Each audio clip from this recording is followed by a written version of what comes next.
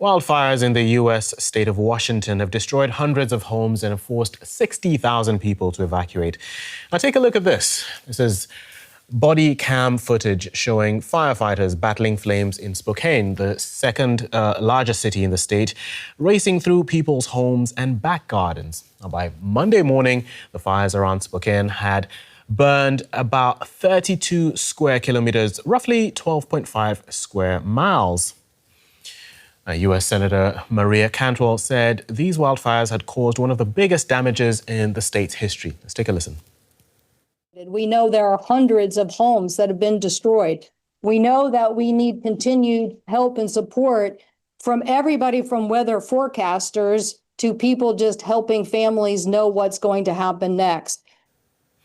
Now, the wildfires are part of a much larger crisis across the western part of the U.S., where dozens are burning and have stretched federal, state and local agencies to their limits. At least 1,000 square kilometers, that's about 390 square miles, has burned across Washington state alone. And the National Weather Service has issued warnings about the air quality across the Northwest.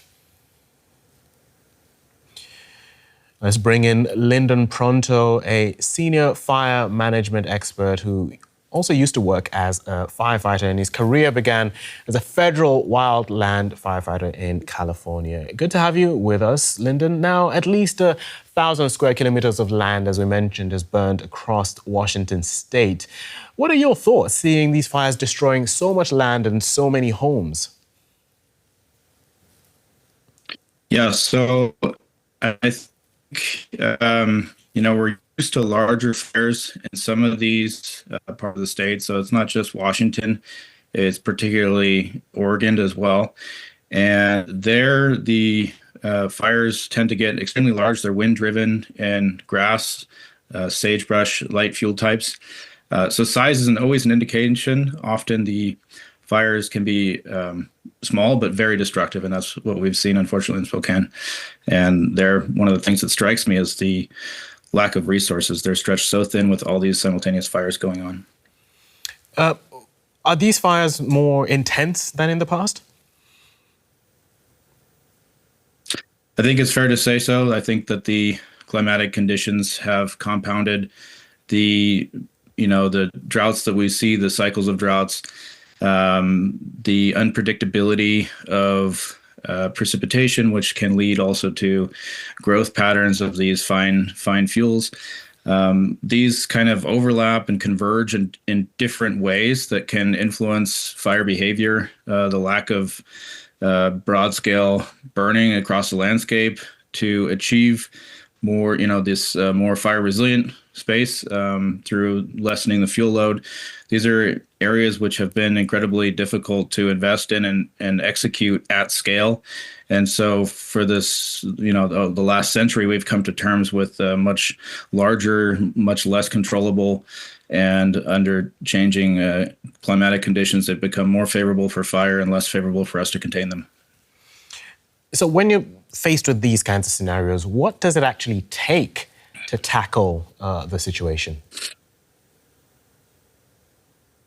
Well, when you have a simultaneity of events like this, it becomes a challenge for, essentially, you have to triage, you have to understand which fires are going to threaten certain values in coming days. And the challenges can be very different. It can be a wildland-urban interface situation involving the evacuation of thousands of people. It could be that you have few resources which are stretched out for a very large fire. So we have some of these fires are over 200,000 acres.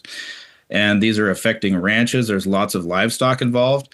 So it's a different strategy that you have to apply for these different scenarios. And the two, both in the state of Washington and in the state of Oregon, they rely very heavily on contract firefighters.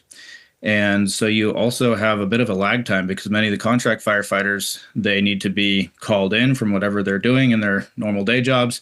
They need to assemble, their engine needs to be inspected before they can be sent out on these incidents. And when you have a quickly unfolding disaster like this, you just simply don't get the resources in time if they're not already deployed elsewhere. And as you mentioned, that there's the fire bit, but there's also the human bit, taking care of the people who live in these areas. How is that coordinated in such scenarios?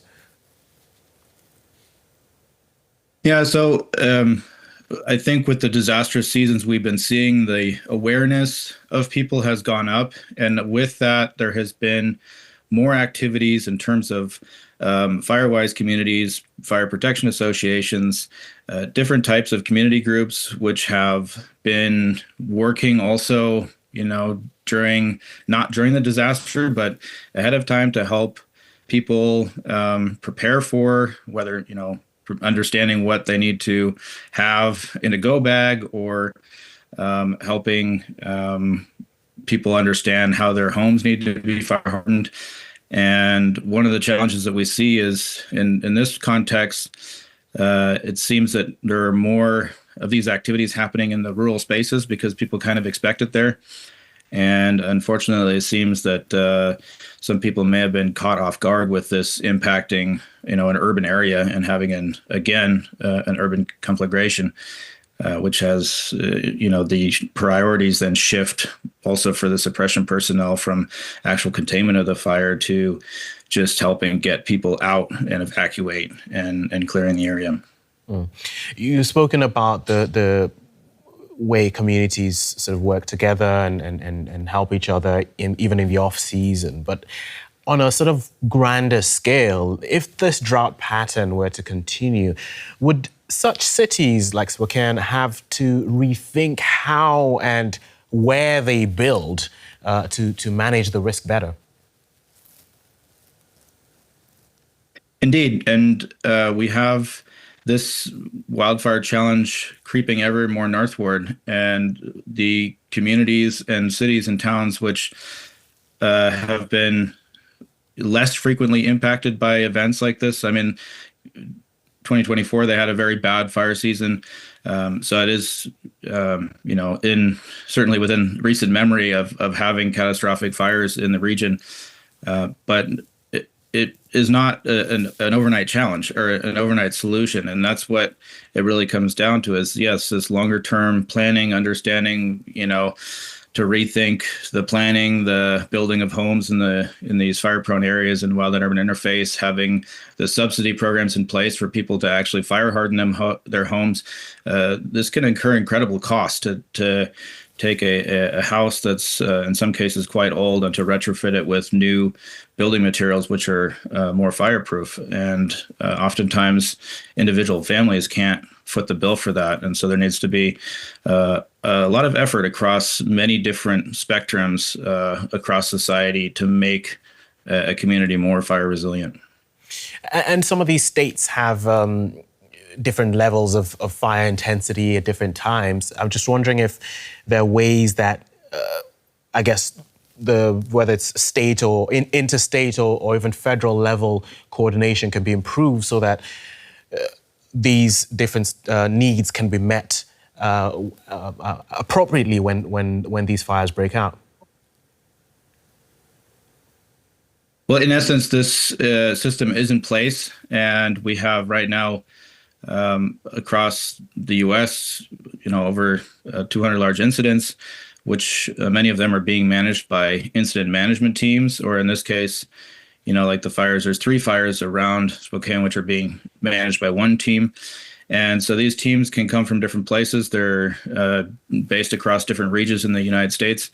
And there are different size and complexity teams from type 3 incident management team, type 2 or type 1 for the most complex. And in some cases, they also have area command teams or, NEMO teams. So these are teams with different levels of expertise, with different ability to manage different scales of disasters, but all in the same modular incident command system. So the system is in place. The challenge is we have so many of these teams deployed that, for instance, there's state incident management teams from California, which are up there now, which from CAL FIRE, and this is the first that CAL FIRE is deploying incident management teams, which are California-based teams, up to Oregon and Washington. Okay, Lindon Pronto, thank you very much for giving us that picture, and we wish you all the best. Thank you for having me on. Thanks for watching.